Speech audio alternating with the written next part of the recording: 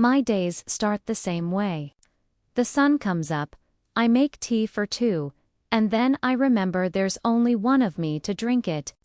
I live in the house Frank and I built, the one right behind the bakery we ran for 40 years. The bakery is a yoga studio now. Sometimes I smell their incense instead of the bread. Life is quiet. It's a good life, my daughter Chloe tells me. And she's right. The garden is neat. The house is clean.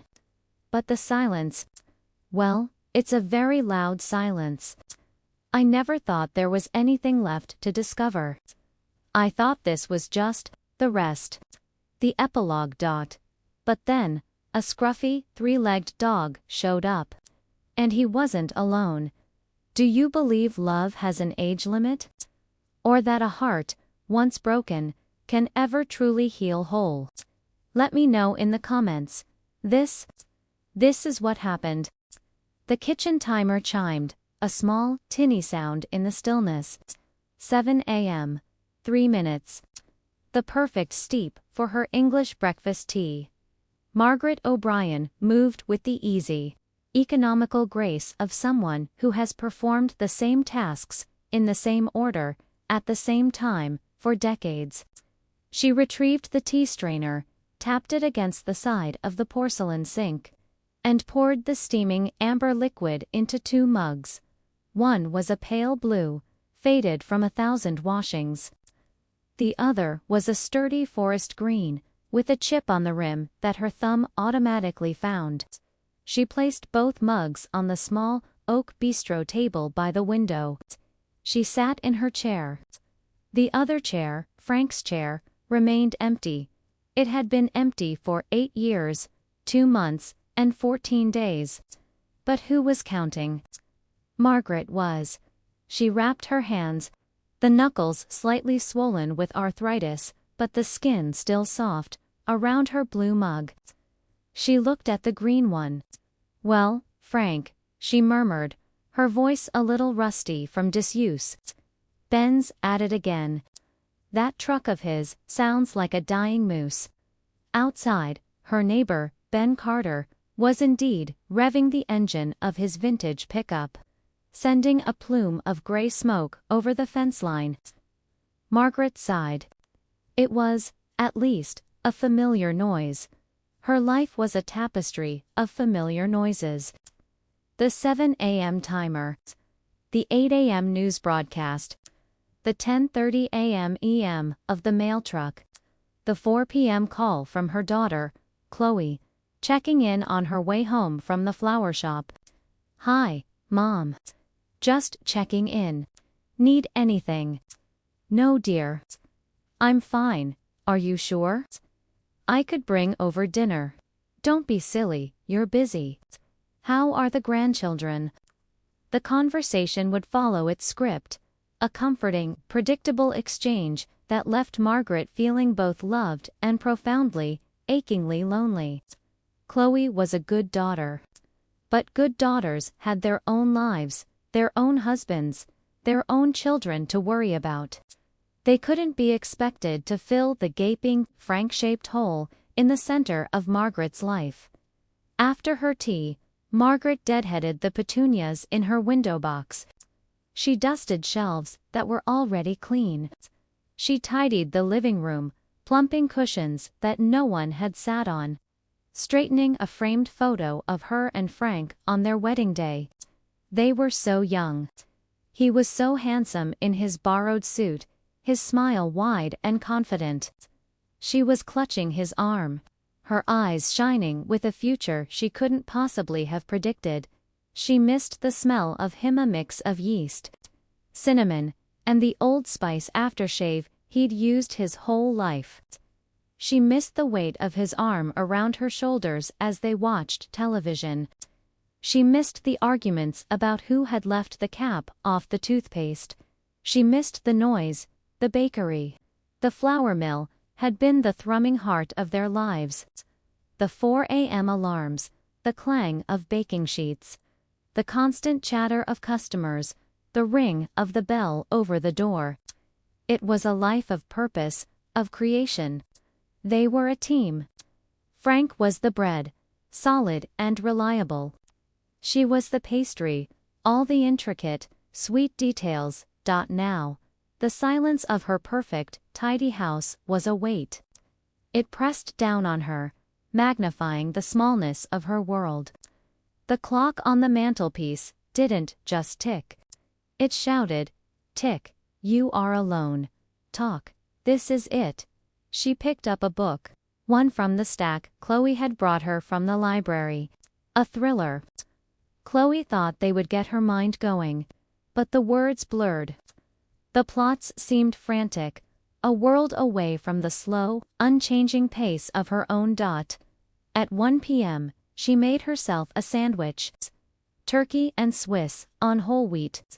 She ate it, standing over the sink, staring out the window at her bird feeder. A lone cardinal, bright red against the green, pecked at the seeds. Even the bird seemed purposeful. She had accepted this. This was widowhood. This was 72. It wasn't bad. It was just ... finished. The story was over, and she was just living in the after. She had her memories, and they were good ones. They were enough. They had to be. She rinsed her plate, placed it in the dishwasher, and wiped the counter clean. She checked her watch. 1:12 p.m. The afternoon stretched before her, a vast, empty expanse. She thought about taking a walk, but her knee was acting up. She thought about calling Chloe, but she didn't want to bother her, so she went back to the living room, sat in her armchair, and picked up her knitting. A blue baby blanket. She didn't know anyone having a baby. She just knitted them and donated them to the hospital. It was something to do with her hands. The green mug sat on the table, its contents cold, untouched. The empty chair faced her, a silent, constant companion. This was her routine. This was her life. It was quiet. It was safe. And tomorrow, she knew, would be exactly the same.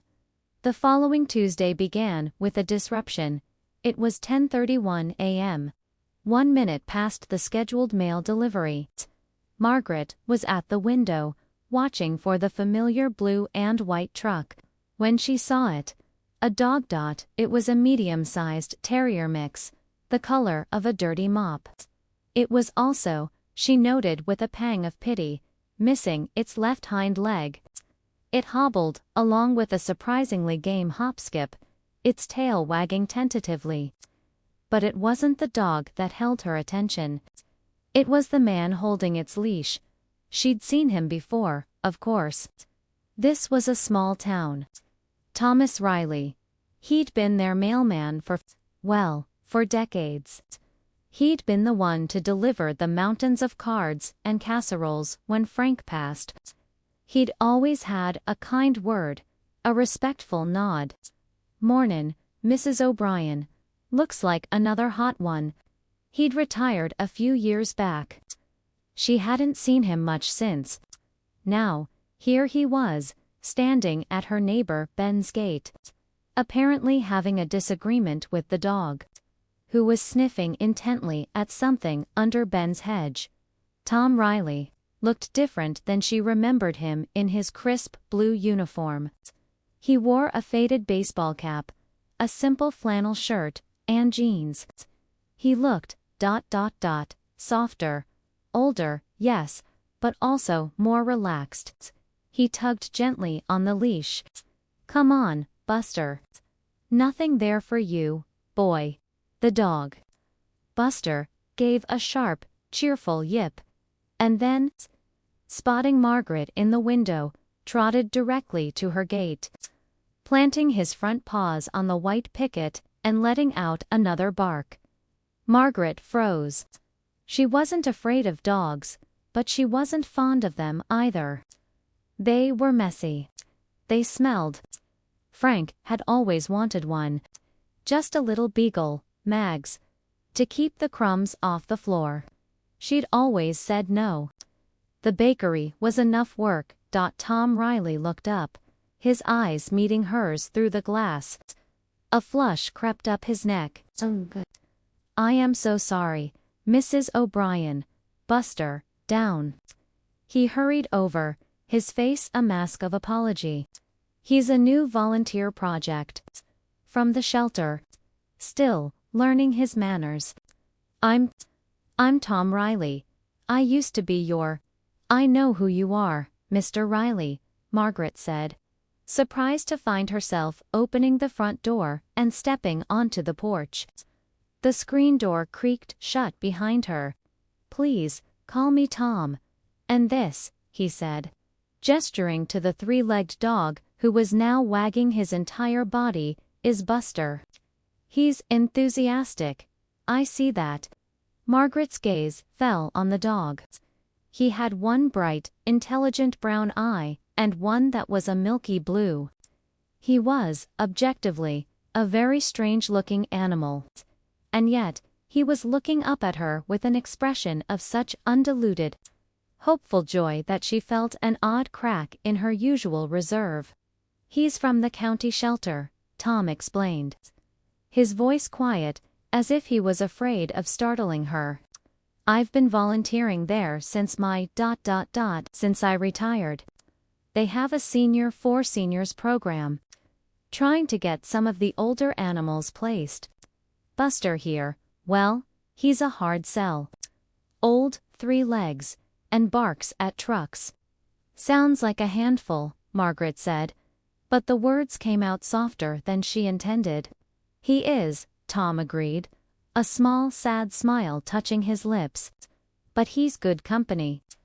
My wife, Alice, she passed 2 years ago. The house gets awfully quiet. You probably, well, you know. Margaret's breath hitched. She did know. She knew the crushing weight of that quiet. She knew the feeling of a house too large for one person. She had never, in all her years of brief exchanges with this man, considered his own story. He was just the mailman. Yes, she said, her voice small. I do know.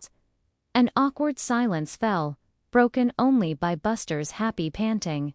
Well, Tom said, tugging the leash again. We're on our afternoon walk. We shouldn't be bothering you. Come on, boy. He's not bothering me, Margaret said, surprising herself. She unlatched the screen door and took one step onto the porch proper. Very energetic. Buster took this as an invitation, pressing his wet nose against the screen. I have some water inside, Tom offered, looking at the dog, then at Margaret. But I wouldn't want to impose. Margaret looked at the hopeful dog. She looked at the kind, slightly sad eyes of the man holding his leash. It was 10:35 a.m. This was not on her schedule. It was an intrusion. A disruption. I was just about to make a fresh pot of tea, Margaret heard herself say. The water's not boiled yet, but you could wait on the porch, if you'd like, for the dog. A bowl of water. Tom's face lit up, a slow, gentle sunrise of a smile. That would be incredibly kind, Mrs. O'Brien. Margaret, she corrected him, turning to go back inside. Please, call me Margaret. Margaret, he repeated, as if testing the name. Thank you. She went inside, her heart beating a strange, unfamiliar rhythm. She filled a bowl with water for the dog, and as she reached for the kettle, her hand automatically went for the forest green mug before she could stop it. She paused. She looked at the mug. Then, taking a steadying breath, she picked it up, along with her own blue one, and placed them both on a tray. The coffee mornings became the new anchor of her days. The 10:30 a.m. ritual was no longer a disruption. It was the main event. The hours before were preparation, and the hours after were reflection. She learned his story in small, careful pieces. He'd met Alice at a high school dance. He'd worked at the hardware store before the post office. He was a terrible cook and lived mostly on frozen dinners and canned soup. He loved baseball, even though his team hadn't won a pennant in 30 years. He learned hers. He learned about the 4 a.m. alarms for the bakery, and how Frank would sing off-key opera as he mixed the dough. He learned about her fear of thunderstorms and her pride in Chloe's floral arrangements. He learned that her favorite color was the pale yellow of a lemon chiffon cake. They were, Margaret realized, building a bridge. They were two people on opposite sides of a great, shared chasm of loss. And they were handing stones back and forth, building a small, sturdy path to one another. One rainy Thursday, the downpour was too much for even Buster. Tom had called her. Her landline had rung, a jarring, unfamiliar sound, and her first thought was Chloe's been in an accident. Margaret. Tom's voice, hesitant. It's Tom, Riley. It's pouring. I don't think Buster and I will make our walk. I didn't want you to wait. Oh, she'd said, her hand on her chest. Oh Tom, thank you for calling. You're right. It's a dreadful day. Well, he'd said. Okay, goodbye then. After she hung up, the house had felt, wrong. The silence that descended was the old silence. The empty, heavy one. She stared at the percolator, which she had already set up. The green mug was sitting beside it. She felt a stab of what? Annoyance. Disappointment. This is ridiculous, she said aloud. She picked up her car keys. She drove to the grocery store and bought a roast chicken, potatoes, carrots, and a can of dog food. She drove to Tom's house. It was on the other side of town, a small blue bungalow she'd passed 1,000 times and never noticed. She parked at the curb, the rain hammering on her roof, and sat for a full minute. What are you doing, Margaret O'Brien? You're a 72-year-old woman, not a delivery service. But then she thought of him, in his quiet house, with his canned soup. She grabbed the bags, ran up the walk, and rang the bell. Huddling under the tiny overhang, the door opened. Tom stood there, in a faded bathrobe, his hair sticking up.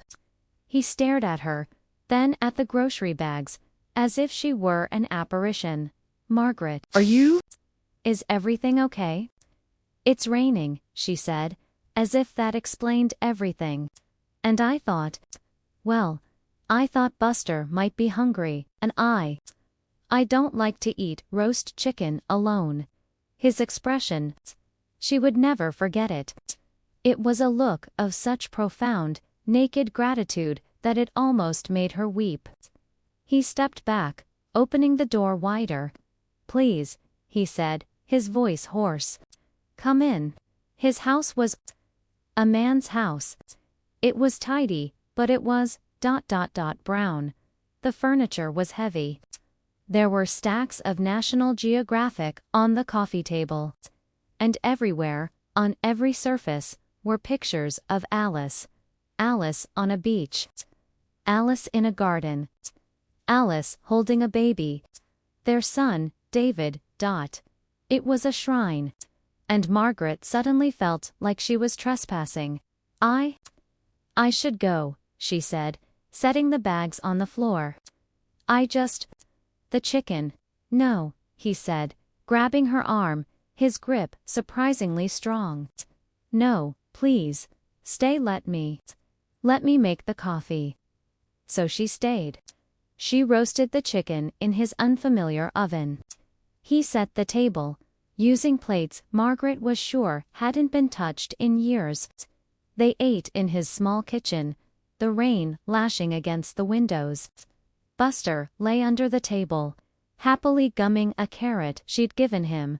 It was, nice. It was the most normal, most domestic evening she'd spent since Frank was alive. They talked, not about their grief, but about their day. About Ben's truck, which had finally broken down. About a new movie Chloe wanted to take her to. After dinner, he insisted on washing. She dried. They moved around each other in the small space, a clumsy but comfortable ballet. I Haven, single quotes, T. He started, scrubbing a pan. I haven't had a meal like this in 2 years. I'd forgotten what it was like to just, sit. Me neither, she admitted, hanging up the dish towel. They moved to the living room. He didn't turn on the television. The silence returned, but it was the new one. The companionable one. Thank you, Margaret, he said, looking at her, his hands clasped in his lap. You saved me tonight. From the soup. And from myself. You saved me, too, Tom, she said. From the hydrangeas. They're terrible listeners. He smiled. And she realized, with a jolt, that she was happy. Not the big, bright, world-changing happiness of her youth. This was a quieter thing. A gentler, more fragile joy. It was the joy of a warm kitchen on a rainy night. The joy of a shared meal. The joy of not being alone. When she left, he walked her to her car, holding a giant, rickety golf umbrella over her head. He didn't touch her. He just opened her door and waited until she was buckled in. Drive safe, he said. Good night, Tom. As she drove away, she looked in her rearview mirror. He was still standing on the curb, under the umbrella, watching her go. Chapter 6. The long-held breath, the invitation came on a small cream-colored card. The Lakeview Animal Shelter cordially invites you to our annual Furball Gala, a night of dinner, dancing, and doggone fun. Chloe had found it in the mail. Mom, what's this? It's from the animal shelter, dear. Tom. Mr. Riley. Volunteers there, Tom. Chloe's voice had a new, interested lilt. The 10:30 lemonade guy. Margaret flushed. He's just a friend, Chloe. His dog is... Well, Buster is. Mom, you should go. And you should ask him to be your +1. Don't be ridiculous. Margaret snapped, more sharply than she intended. It's a fundraiser. I'll just send a check. And I'm certainly not asking a man, anywhere. And besides, she added, trailing off, I don't dance. You used to, Chloe said gently. You and Dad. You were amazing. You'd clear the floor at weddings.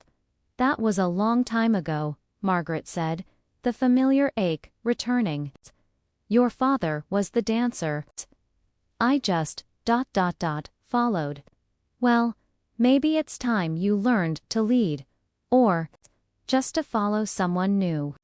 Or just go and eat the chicken, Mom. It's for a good cause.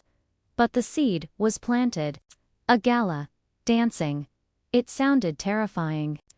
It sounded, exhausting. That morning, when Tom arrived, she had the card on the table.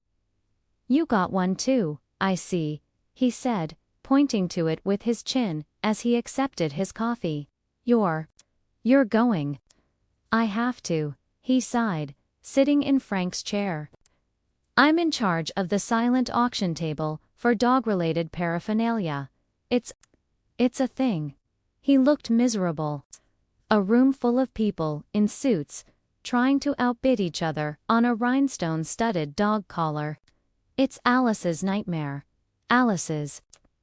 Oh, she hated these things, he said, smiling fondly.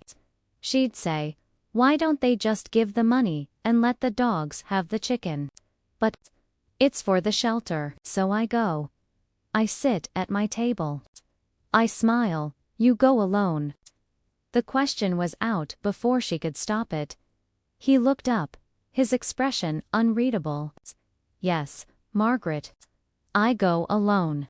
The silence stretched. The clock ticked. I was thinking of going, Margaret said, her voice a thin thread. To ... support the animals. Buster, you know. Tom's eyes lit up. You ... you were. That's wonderful. It's a bit stuffy, but the food's not bad. Yes, well, she said, twisting her hands in her apron. The problem is, it's a +1. And I don't have a BO, Tom said. He stood up. He walked to the window, his back to her. I see, yes, of course. Well, maybe Chloe would. Tom, Margaret said, standing. Her heart was beating so hard it felt like a trapped bird. Tom, look at me. He turned, his face a mask of careful neutrality. I was wondering, she said, the words catching in her throat. Since you have to go anyway, and since I'm thinking of going, if, maybe, we could go, together, as neighbors, to support the dogs. Tom stared at her. He seemed to be holding his breath. He looked down at the green mug in his hand, then back at her. Together, he repeated. It's a silly idea, she said, rushing to fill the silence. I don't know what I was. I don't even have anything to. I would be honored, Margaret, he said, his voice low and serious. I would be very honored to escort you to the fur ball. The breath she hadn't even known she was holding escaped her in a long, shaky sigh. Oh, she said. Well, good. That's settled, then. The night of the gala, Margaret stood in front of her full-length mirror, something she hadn't done in years. She was wearing a deep emerald green dress. Not a gown, just a dress. Chloe had insisted on taking her shopping. It matches your eyes, Mom. It's beautiful. It was beautiful. But she felt like a fraud. An old woman, playing dress up. At 7 p.m. on the dot, her doorbell rang. Not a bark. A ring. She opened the door. Tom stood on her porch. He was in a suit. A real, dark blue suit, with a pressed white shirt and a silver tie. He looked, distinguished. He looked handsome. He was holding a small, clumsy corsage of white roses. Chloe's shop, he stammered, holding it out. I hope. Is this okay? It's lovely, Tom, she said, her hands trembling as she pinned it to her dress. You, he said, his voice catching. You look, well, you look just beautiful, Margaret. They drove in his clean car. He opened the door for her. The gala was loud. It was exactly as Tom had described. People, music, the clinking of glasses. They found their table. They ate the chicken.